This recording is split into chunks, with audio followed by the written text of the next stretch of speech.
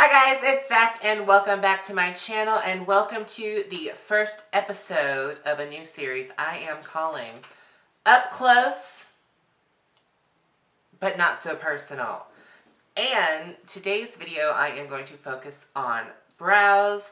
I was on Twitter and my dear friend Dana Banana was talking about brows, and I was like, well, people always compliment on me and how like even they are, and like, should I do a video? And she's like, yes, just do it. So that's what I'm doing. So I'll first talk about like what kind of products I use for my brows, and then I will go on to tips and tricks on how to do said brows. Does that work for everybody? Because it works for me, and that's all that matters. So the brow products that work best for me are pomades, and I use about 3 different brands. 4, because today I'm going to be trying this new one from Moira Cosmetics. They sent this to me, PR. Thank you so much, Moira Cosmetics. So there's that one. I also use the very well-known Anastasia Beverly Hills Dip Brow. I'm in the shade Ebony, and she's been through it. She's been through some things. She's pigmented, she's great, and I love her. Second option, I have been obsessed with this upcoming brand. If you don't know who they are, you're missing out. They are Forever Magic Cosmetics, and this is their Double Shade Seductive Eyebrow Gel, and I'm in the shade Abracadabra Black.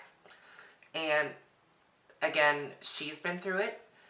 You can't tell, but this pomade is really great because there's actually 2 shades in here, and it's split down the middle, so you have a darker shade for your more tail end of your brow, and then you have a lighter shade for the beginning of your brow, and it's just a perfect brow pomade. And my current favorite is the Kat Von D 24 Hour Super Brow, and this is in the shade Graphite, and I love it. It's dark, it's cool, it's black, matches my hairs. I just like it. It's a great product. It stays, it doesn't smudge. It's the tea. And then the one we're going to be using today, like I said, is the Moira Cosmetics Eyebrow Gel. And this is in 006 Deep Ebony. It's a little more warm. It's a little more brownish than what I traditionally like to use. But we're going to use it today just because I am really excited to try it. Now, comparing packaging, the Kat Von D one is a lot heavier than the Moira Brow Gel. And that goes the same with all other 3, and that's probably because they have not used any sort of metal or like heavy plastic in this. It's there's no glass. This is a beautiful frosted plastic, and it's a very beautiful matte finished lid, and it's cute and it's gorgeous. I've not tried this today, so it's going to be kind of like a first impressions on, I already forgot what I named the series. Oh, Up Close and Not So Personal. So I will personally say I am a foundation first kind of guy. I know there's like this debate, like brows first, foundation last, and then vice versa. I like my foundation first because I feel like the powder, once I have it on my face, it gives it such a great finish to the brow. And as you can see, I am growing my babies out again.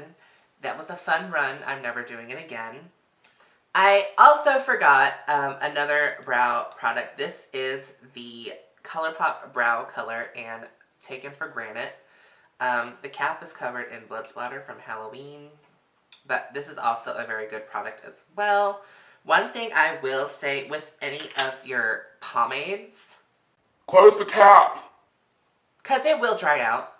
That's what happened to good old Anastasia right here, and I just had to add some little oil to her to like fix her up, but she's usable now. So yeah, so let's dive right in and get up close, but not so personal. So Dana's main concern was, and I'm going to somewhat quote, is there any way to get, She's like, I know eyebrows aren't meant to be twins, but sisters, but can I get mine to look more related?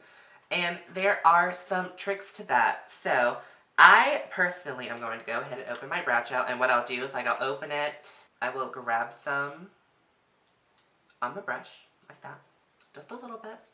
And then I will semi-close the cap, that way there's no drying out. So my tip for brows is, if you are left-handed, do your right side. And if you are right-handed, do your left side. Because it's going to be easier to mimic what you do on the opposite side with your more dominant side. So that's what I always do. And I always start with the bottom line first and then just blend everything at the end. So I'm going to really thin my brush because I like a really nice thin point. And we're going to start at the bottom. And I do small, swift strokes. That way it doesn't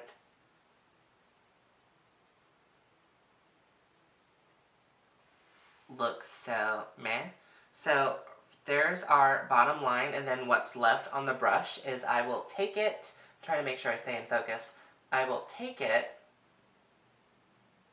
and blend everything, because I don't want the front portion of my brow to be as harsh as the back. So there we have our bottom line of our brow constructed and ready. I am looking at the viewfinder. I do see you guys, but I'm looking at the viewfinder just so I can make sure everything is in focus. We are now going to work on our top line. Again, I'm going to take my brush and squeeze it together. Now, my one brush that I don't wash as often is my eyebrow brush. And I know my boo on Twitter, King J, is going to be like, really? But I have a reasoning. I typically wash my brushes once a week. I will wash my eyebrow brush every other so often, but I will spray it with some alcohol and or some barbicide. And that's because once you have product in the brush, it's easier to keep it so thin. And on days where I'm feeling extra and when I do like my little brow strokes, I need that thinness. So we're going to go back into the pomade. And we're going to start in the middle of our brow. So right where our pupil, iris, the colored part of our brow, right there. And we are going to fill that in.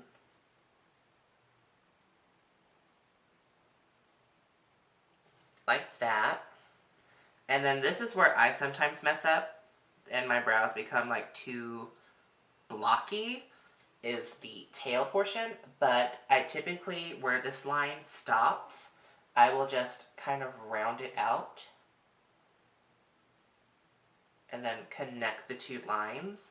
And that's the brow shape I typically go for.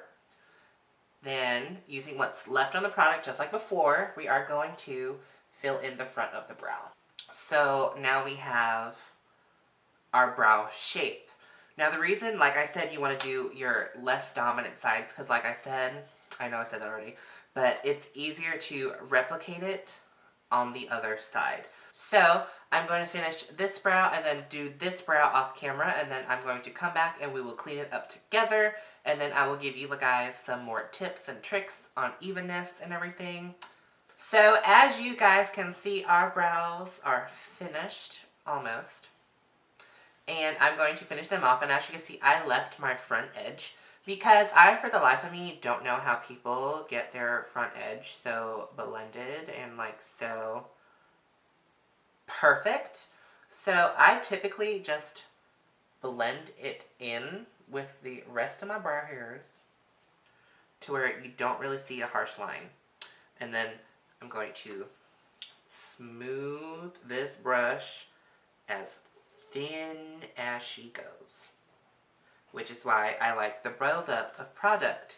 And we're going to create our hair strokes, and I will, so your brush looks like this, and then I will start from the bottom, and I will start by doing them into the hair. And then as you can see, they get darker. So I start off light and then add more and then get darker as I go. So I'm not really going to dab off that much this time around. And then we're going to go in. And I have some like little holes here at the bottom. I'm going to fill those up with your brush strokes. And you don't want to use too much pressure. And then whatever is left on the brush, I'm going to go in and blend everything. And fill it all in. My eyebrows aren't going to be perfectly even because they are growing back. Now I'm going to do the other side off camera, and then our brows are basically done. Of course, at the end, you do what works for you with cleaning up your brows, and then you're set. You're good. Now, this brow, I don't really do many alterations to it because I do have this scar, and I'm not the biggest fan about hiding my scar because it's a story, and maybe I will save it for another video because it's honestly a stupid story. And I will be right back. Alright, so our brows are done. Our brow hairs are drawn. I'm not going to show you the full face finished until after I get back. I have to go and pick my roommate up from work. And then when I get back, I'll have a full face on, another video filmed, and we will finish this first episode of Up Close, but not so personal. So guys, this finishes the video on the brows. I did this look for a post on Instagram, and I wanted to finish the intro because obviously I used the brows that I did. So Dana, I hope this video helped you with your brow game, and I really hope you can slay them in 2019 because I know you will. And let me guys know what you think on this series idea and this first episode of Up Close, but not so personal. And I can't wait to see you guys in the next one. Don't forget to like, favorite, subscribe, and ring that bell to get notified every time I upload. And I will see you guys in the next one.